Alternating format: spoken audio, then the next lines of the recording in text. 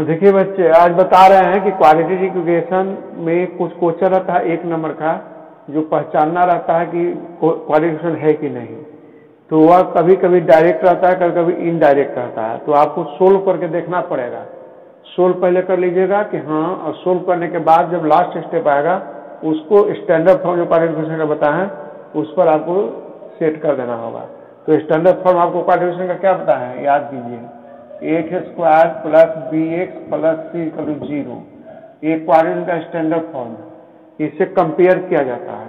दूसरी बात है कि कंपेयर करने में स्क्वायर वाला टर्म पर ध्यान दिया जाता है। स्क्वायर जो रहता है 2 डिग्री का, उसी को क्वाड्रेटिक इक्वेशन कहते हैं। 2 डिग्री देखना है मस्ट कि 2 डिग्री है कि नहीं क्वेश्चन में। अगर 2 डिग्री है तो क्वाड्रेटिक इक्वेशन हो जाएगा, अगर ये दोनों नहीं भी है तो क्वाड्रेटिक इक्वेशन माना जाता है, क्योंकि पावर 2 मैक्सिमम होता है। तो मैक्सिमम जो डिग्री होती है 2, उसे क्वाड्रेटिक इक्वेशन कहते हैं। ये स्टैंडर्ड फॉर्म है। तो देखिए यहाँ पर 2 डिग्री है ना, यहाँ पर पावर 2 है। पावर कितना है पास 2, पावर ऑफ वेरिएबल इज 2, ये 2 है, तो इसलिए क्या हो जाएगा, देयरफॉर क्वाड्रेटिक इक्वेशन होगा। Quadratic equation. तो देखिए बच्चे, पहचानना एकदम आसान है, खाली पहले जो दिया हुआ है उसको सोल्व कर लेना है। तो पावर ऑफ वेरिएबल इज 2 होता है, since power is 2 therefore quadratic equation होगा। तो क्वाड्रेटिक इक्वेशन है, ये दोनों टर्म नहीं भी रहेगा तो भी क्वाड्रेटिक इक्वेशन होगा। तो सबसे पहले ये आपका देखना है, यानी पावर डिग्री है कि नहीं कहीं। तो देखिए फर्स्ट क्वेश्चन में हम लोग चल रहे हैं, x - 4 x + 3 है, क्वाड्रेटिक इक्वेशन है कि नहीं। तो अभी नहीं पता चलेगा। अभी देखिए आपका 2 डिग्री कहीं नहीं है, लेकिन इसको सोल्व करेंगे। 21 रूप में है। देखिए ये पहला है x - 4, दूसरा है x + 3, तो इंटू के रूप में है। देखो बीच में ब्रैकेट है, तो इसके बीच में साइन नहीं है तो इंटू माना जाता है। पहले इंटू कर करके स्टैंडर्ड फॉर्म में लाने की कोशिश करेंगे। तो ध्यान दीजिए, पहले इसको इंटू करेंगे तो हो जाएगा x। देखिए इंटू करने का तरीका है, पहले x से पूरे में कर लेंगे तो x + 3 हो जाएगा। -4 ऐसा वर्क करने की जरूरत नहीं है, डायरेक्ट आता बन जाएगा। देखिए कैसे इंटू कर रहा है, पहले x में x + 3 से करेंगे, फिर -4 में +3 से करेंगे। अब इसे सोल्व कर लेंगे। सोल्व कीजिए तो x से x इंटू कर देने क्या होता है, x पावर 1 पावर जुड़ जाता है इंटू में, प्लस 3x हो जाएगा। यहाँ -4x हो जाएगा, 4 में x से गुणा करेंगे तो आप +4 और 3 12 आ जाएगा, -12 +- 12 इक्वल टू 0 आ गया। अब देखिए ये दोनों लाइक टर्म आ गया, ये दोनों लाइक टर्म है। तो सोल्व कर लेंगे। तो कौन है, 4x है, 3x है। तो 4 में 1 चला जाएगा, कितना बचेगा, x। बड़ा अंक क्या है आपका, x बचा। बड़ा अंक डिजिट 4 है, इसके माइनस साइन है तो माइनस साइन डाल दीजिए। अब -12। अब देखिए आपका a आ गया। तो ये आपका क्वाड्रेटिक इक्वेशन आ गया। इंप्लाइज डालते हैं कहाँ, देखिए इंप्लाइज आपको ये लिख रहे हैं। इंप्लाइज होता है जब इक्वेशन सोल्व करते हैं, जैसे बीच में इक्वल टू है, उसके बाद राइट में भी है लेफ्ट में भी है, तो इंप्लाइज चलता है। तो इंप्लाइज डालना जरूरी है, इसमें नंबर कट जाता है। अगर नहीं डालेगा तो नंबर कट जाएगा। तो ऑब्जेक्टिव में तो नहीं कटेगा, लेकिन लॉन्ग टाइप में 3-4 नंबर में अगर ये डालिएगा नहीं तो कट जाता है नंबर, इसलिए इंप्लाइज को भी ध्यान देना है। इंप्लाइज होता है इक्वल टू दे करके ऐसे एरो दे देते हैं, अच्छा से दीजिएगा तो इंप्लाइज एज इक्वल टू डाल दीजिए और ऐसे कर दीजिए। तो इस तरह से आपका इंप्लाइज का साइन है। इंप्लाइज कब चलता है आपको बताएं, इक्वेशन में चलता है। जब इक्वेशन सोल्व करते हैं ना तो इंप्लाइज का साइन चलता है। इस तरह से इंप्लाइज है, इसको इंप्लाइज बोला जाता है। ऐसे जो साइन दिए इसको बोला जाता है इंप्लाइज, इंप्लाइज बोला जाता है। ठीक है, तो एक साइन कब चलता है, जब इक्वल टू बीच में हो और दोनों तरफ को सोल्व कर रहे हैं, लेफ्ट राइट ला रहे हैं, वैसी स्थिति में इंप्लाइज चलता है। तो अब देखिए बच्चे, अब जो हम जो लास्ट यहाँ आया, देखिए स्टैंडर्ड फॉर्म में आया कि नहीं। स्टैंडर्ड फॉर्म आपका लिखे तो देखिए x² minus plus bx plus c equal 0। देखिए इसको कंपेयर कीजिए, x² वाला टर्म है, x वाला टर्म है, c वाला टर्म है, तो ये क्वाड्रेटिक इक्वेशन है। तो देयरफॉर लिख देंगे, therefore given equation is a quadratic equation, quadratic equation. देखिए तो सोल्व करने के बाद पता चला, देखिए डायरेक्ट नहीं था, इनडायरेक्ट था। पहले सोल्व किए तो स्टैंडर्ड फॉर्म में आ गया तो क्वाड्रेटिक आ गया। 1 नंबर का क्वेश्चन इस तरह से पूछ देता है। तो इस पर नजर डालिए। अब तो और कोई दिक्कत तो नहीं होना चाहिए इसमें, सब बता दिए, सारा चीज एक एक करके बता दिए। क्वाड्रेटिक इक्वेशन के रूप में आ गया, इसलिए ये जो है से क्वाड्रेटिक इक्वेशन है। बगल में स्टैंडर्ड फॉर्म में डाल दिए जो कंपेयर कर लिए, पावर 2 डिग्री का आ गया, इसलिए क्वाड्रेटिक इक्वेशन है। अब नेक्स्ट क्वेश्चन को देखिए, ये है कि नहीं इसको पता कीजिए। अब देखिए इसमें स्क्वायर यहाँ दिख रहा है, तो कहीं देख करके नहीं लिख दीजिएगा कि हाँ स्क्वायर है तो आपको क्वाड्रेटिक इक्वेशन हो गया। देखिए स्क्वायर है लेकिन यहाँ पर x है, 2/x आपका है, तो ये अभी स्टैंडर्ड फॉर्म में नहीं है। इसको भी सोल्व पहले कर लेंगे। सोल्व करने के बाद आपका स्टैंडर्ड फॉर्म में आएगा तो क्वाड्रेटिक इक्वेशन आएंगे। जैसे देखिए फटा, इसमें ध्यान दीजिए कैसे बनेगा, तब आसानी से बन जाएगा। पहले एक से एलसीएम में लीजिए, तो एक से इंटू करेंगे तो इसे स्क्वायर हो जाता है, मालूम है कि 2 है, फिर एक से स्क्वायर आ गया। अब क्रॉस करेंगे, एक्स को उसे गुना करेंगे तो क्या हो जाएगा, 1 पावर 2 और 1 पावर इंटू करेंगे तो क्या हो जाएगा, पावर जुड़ जाता है ना, तो इसका 1 माना जाता है, इसका 2 माना जाता है। तो 2 और 1 कितना हो गया, इस पावर 3 आ गया। तो अब ध्यान दीजिए, अब एक साइड में ला देंगे तो -x³ प्लस x² प्लस 2 0। अब देखिए बच्चे स्टैंडर्ड फॉर्म में आपका क्या बताया है, x² plus b plus c, ये स्क्वायर वाला टर्म, लेकिन यहाँ पर देखिए ये स्क्वायर वाला टर्म नहीं है, स्क्वायर है लेकिन यहाँ पावर 3 हो गया था। हाईएस्ट डिग्री कितना हो गया आपका 3, तो क्यूबिक पोलिनोमियल कन्वर्ट हो गया। तो क्यूबिक पोलिनोमियल बड़ा हो गया, देखिए ये 2 से ज्यादा पावर का आ गया, ये 3 डिग्री का हो गया, तो ये 3 डिग्री का हो गया। तो गिवन इक्वेशन इज 3 डिग्री का हो गया। देयरफॉर गिवन इक्वेशन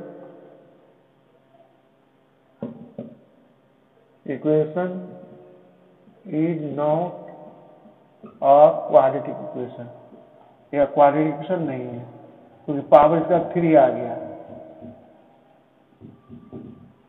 इस तरह से जो क्वेश्चन होता है 1 नंबर में आता है, इसको 1 नंबर में पकड़ने का तरीका है कि पहले सोल्व कर लेंगे, सोल्व करने के बाद आप उसको स्टैंडर्ड फॉर्म में लाइए, उसमें 2 डिग्री मैक्सिमम है कि नहीं, 2 डिग्री का नहीं है तो आपका क्वाड्रेटिक नहीं होगा। 3 डिग्री का आ गया, यहाँ पर 2 डिग्री का आ गया था इसलिए क्वाड्रेटिक इक्वेशन हो गया, और यहाँ पर 3 डिग्री का आ गया इसलिए क्यूबिक पोलिनोमियल होगा, क्वाड्रेटिक नहीं होगा। क्यूबिक पोलिनोमियल पर आए थे उसमें इक्वल टू देगा तो क्यूबिक इक्वेशन हो जाएगा।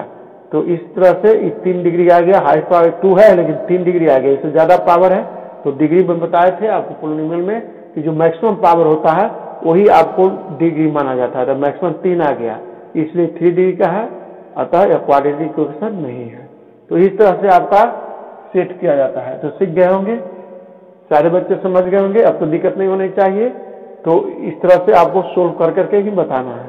आप बताने जा रहे हैं कि जो इक्वेशन को तैयार कर लेंगे, पहले क्वाड्रेटिक इक्वेशन लैंग्वेज दिया हुआ है, लैंग्वेज को पढ़ करके पहले इक्वेशन में कन्वर्ट कर लेंगे, तब उसको फिर सोल्व करेंगे।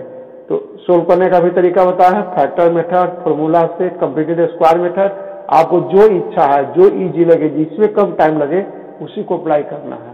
तो इस तरह से आपको जो बता रहे हैं कि पहले लैंग्वेज वाला रहेगा, लैंग्वेज में आपको पहले क्वेश्चन में कन्वर्ट कर लेंगे तब सोल्व कर लेंगे। देखिए इसको आगे कर, देखिए बच्चे अब बताने जाते हैं कि लैंग्वेज है, पहले लिखा हुआ है लैंग्वेज में 5 2 consecutive positive integer, the sum of whose square is 365, जिसका स्क्वायर का सम 365 है। 2 कंसेक्यूटिव, पहले कंसेक्यूटिव मीन्स जानिए, कंसेक्यूटिव मीन्स क्या बताए हैं, लगातार कोई भी नंबर, जैसे कि 3 4 एक कंसेक्यूटिव है, फिर 4 5 हो सकता है, 6 7 हो सकता है, बीच में ले लेंगे 15 16 हो सकता है। तो कोई 2 कंसेक्यूटिव मतलब लगातार 2 नंबर, कंसेक्यूटिव मीन्स लगातार 2 नंबर। तो लगातार 2 नंबर ऐसा बताना है। अब पॉजिटिव नंबर है, निगेटिव आएगा उसको नहीं लेंगे क्योंकि पॉजिटिव है, तो पॉजिटिव इंटीजर्स निकालना है। कंसेक्यूटिव मीन्स समझ गए, लगातार यानी 2 कंसेक्यूटिव यानी लगातार 4 5 या 3 4 6 7 या 15 16, इस तरह से जो नंबर को कहते हैं कंसेक्यूटिव नंबर कहते हैं। तो कंसेक्यूटिव में 2 लगातार नंबर है। अब इसमें फर्स्ट नंबर को मान लेंगे जो नोन है, तो सोल्यूशन देखिए इसको कैसे बनेगा, आसानी से, बहुत इजी से बन जाएगा, कोई भारी नहीं है। तो सबसे पहले ध्यान दीजिए कि जो नंबर है उसको माना जाता है, तो लेट लिखेंगे, लेट फर्स्ट नंबर भी एक्स मान लिया, फर्स्ट नंबर क्या मान लिया, एक्स। अब कह रहा है कि सेकंड नंबर, तो सेकंड नंबर कैसे होगा, देखिए यहां से पकड़िए, दो नंबर में कंसेक्यूटिव है, कंसेक्यूटिव लगातार बताया था, पहला नंबर एक्स मान लिए, तो इसके बाद 3, पहला नंबर 1 है, उसमें 1 जोड़ दिया तो 4 आ गया, 3 में 1 जोड़े तो 4 आ गया, यानी लगातार नंबर में एक जोड़ा जाता है। तो हम लोग फर्स्ट नंबर को एक्स मान लिए, तो सेकंड नंबर कितना होगा, सेकंड कंसेक्यूटिव नंबर कितना होगा, बोलिए सेकंड कंसेक्यूटिव नंबर क्या होगा, इसके अनुसार बताइए। पहला एक्स मानिए तो दूसरा नंबर क्या होना चाहिए, बोलो, एक्स, इसमें +1 का दीजिए तो x +1। अब यहाँ पर डिजिट नहीं है कि हम लोग इसको जोड़ लेंगे, इतना ही रहेगा, यहाँ डिजिट था तो 1 जोड़ दिया तो 4 आ गया था। तो कंसेक्यूटिव नंबर जब भी है तो पहला अगर x मान दे दूसरा x - 1 होगा, ये लगातार नंबर होगा। तो देखिए क्वेश्चन हो गया फाइंड 2 कंसेक्यूटिव, तो 2 कंसेक्यूटिव मैंने फर्स्ट को x मान लिए, सेकंड नंबर हो गया x +1 क्योंकि कंसेक्यूटिव लगातार नंबर होता है, तो ये क्लियर हो गया।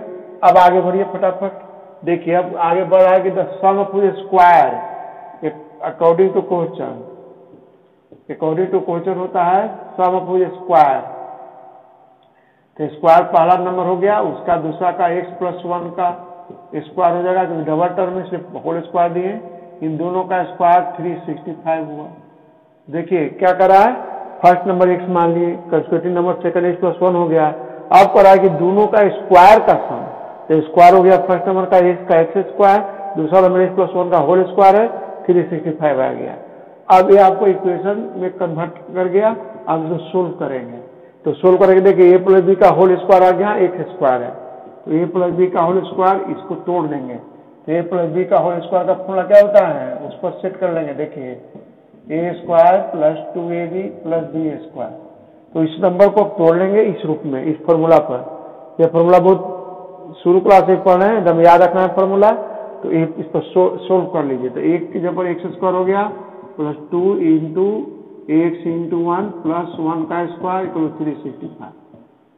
अब हो गया, अब ध्यान दीजिए, अब इतना टूट गया तो इसको इंटू कर लीजिए, तो x² + x² + 2x + 1 = 365 आ गया। अब यहाँ ध्यान दीजिए, ये दोनों लाइक टर्म आ गया, तो x² इसका मतलब 1 है, ये भी 1 है, तो 1 ऐड करेंगे तो क्या आएगा, 1 1 2 आएगा, तो 2x² हो जाएगा, 1 को ऐड किया तो 2x² आ गया, + 2x + 1, इधर इस साइड में लाएंगे तो स्टैंडर्ड फॉर्म में आएगा, तो 365 हो जाएगा, यानी 0। अब हो जाएगा इम्प्लाई 2x² + 2x घर करके 364 हो जाएगा, = 0। अब देखिए स्टैंडर्ड फॉर्म में आ गया, लेकिन देख रहे हैं 2 से सब कट रहा है, तो इसको 2 कॉमन लेके आसान कर लीजिए, x² + x माइनस करेंगे तो हो जाएगा 18 और 182 आ गया, = 0। तो इम्प्लाइज x² + x माइनस 182 = 0। अब इसको सोल्व कर लेंगे, तो देखिए ये 2 था सभी में, इसलिए काट दिया था, आसान हो गया, क्योंकि यह जितने कम डिजिट रहेगा आपको फैक्टर तोड़ने में आसान होगा। आप फैक्टर तोड़ने का तरीका बताए थे, डिजिट को स्प्लिट करने के लिए उस प्रोसेस को अप्लाई कीजिए। देखिए क्या बोले थे कि फर्स्ट और लास्ट को हम लोग इंटू करके लिखते हैं पहले, तो 182 हो जाएगा, साइन के अनुसार माइनस में आ जाएगा, 182 x² आ जाएगा। अब डिजिट जो है 182, इसको फैक्टर तोड़ लेते हैं, तो हो जाएगा 2 से कटेगा 91, फिर 7 से कटेगा, बस। अब इसी में एडजस्ट करना है कि यहाँ पर x आना है, और इसको इंटू करने के बाद इसको ऐसा दोनों टर्म में भाग दीजिए, देखिए 2 7 × 13, तब 14 - 13 कर लेंगे तो आपका आ जाएगा 14x - 13x कर लेंगे, इक्वल टू हो जाएगा x आ जाएगा। तो देखिए यहाँ पर x में है, तो ये 14x और 13x लेंगे कि 7 × 14 और 13, ये दोनों 2 पार्ट में बट गया। अब इसको इंटू करेंगे तो ऑटोमेटिक कितना आ जाएगा, क्योंकि इसी का फैक्टर तोड़े हैं, तो इसी का फैक्टर तोड़े तो ये दोनों के इंटू करने पर इतना आ जाएगा, इतना जो यहाँ पे बताया है, ये दोनों का प्रोडक्ट इतना आ जाएगा, ये दोनों को घटाएंगे तो x आ जाएगा। अब मेरी तो स्प्लिट हो गया, तो एक्स स्क्वायर लेंगे, यहाँ से कर देते हैं x square plus 14x minus 13x minus 182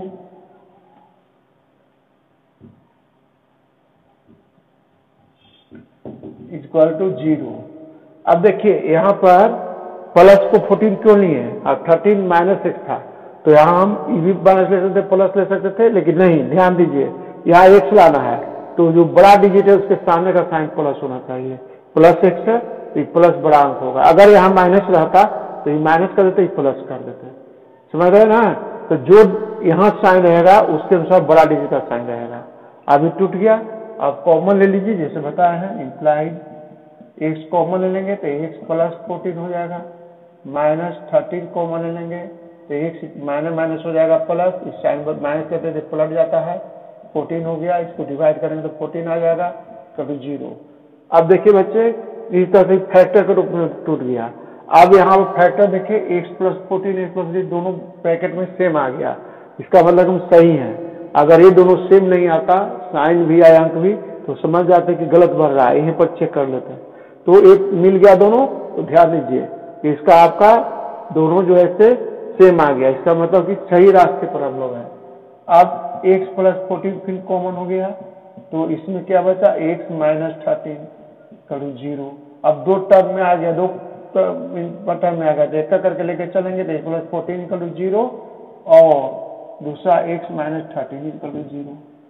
तो इम्प्लाइड x इधर है तो जाकर माइनस 14 हो जाएगा और x माइनस से प्लस 13 आ जाएगा।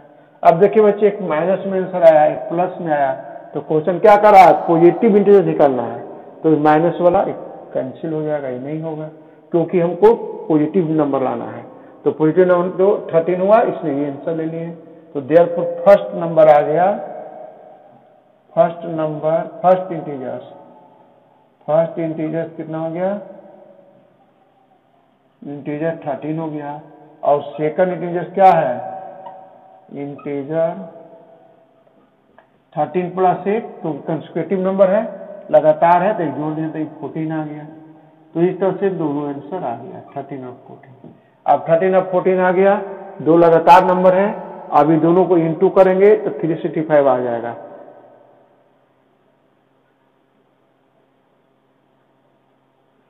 इंटू नहीं है ना, सम ऑफ प्रोडक्ट है। देखिए ये दो नंबर है लगातार, एक 13 14, देखिए चेक करने का तरीका, दो लगातार नंबर आ गया 13 14, अब ये दोनों का स्क्वायर करके जोड़ेंगे तो इतना नंबर आ जाएगा। अब देखिए 13 का स्क्वायर प्लस चेकिंग कर लीजिए 14 का स्क्वायर, अब कीजिए 13 का 169 होता है, इसका कितना होता है 14 का 196 होता है। अब जोड़िए 9 6 9 9 5 9 6 15 365, देखिए आ गया ना 365। तो देखिए जैसे क्वेश्चन कर रहा था कि दोनों का स्क्वायर का सम 365 है, अब ये दोनों नंबर जो प्राप्त कर लिए, इन दोनों का स्क्वायर करके ऐड कर लिए, आपका रिजल्ट आ गया। इसका मतलब कि जो आंसर मेरा है सही है। अगर आंसर एग्जाम तो रहता नहीं, इस तरह से चेक कर सकते हैं। तो देख रहे हैं कि हम लोग पहले क्वेश्चन जो है उसको लैंग्वेज में है, उसको पहले हम लोग पढ़ करके इक्वेशन तैयार करते हैं, इक्वेशन तैयार करके सोल्व कर लेते हैं। सोल्व करने के बाद जो आंसर आता है, अगर उसको सेटिस्फाइड करना है तो जैसा कर रहा है वैसे देखिए आया कि नहीं। जैसे कि 13 आया, दूसरा कंस्टिट्यूटिव नंबर था तो 14 आया, तो लगातार दो नंबर 13 14 मिल गया। अभी दोनों का स्क्वायर का सम 365 था, तो फर्स्ट का स्क्वायर इसका स्क्वायर किए, दोनों को ऐड कर दिए, इसका 169 इसका 196 ऐड किए तो 365 आ गया। इसका मतलब कि जो हम बनाए हैं वो सही है, सेटिस्फाइड कर गया। तो इस तरह से आपका बहुत ही आसानी से आपको क्वेश्चन बन जाता है। सबसे पहले ध्यान देना है लैंग्वेज को, लैंग्वेज में क्या कह रहा है उसके अनुसार मान लेना है, मान करके आपको फटाफट सेट कर देना है। सेट करने के बाद जो आएगा वो आपको सोल्व कर देना है। सोल्व करने के बाद आंसर भी चेक करने का तरीका बता दिए। इस तरह से आपका सोल्यूशन ही हो गया।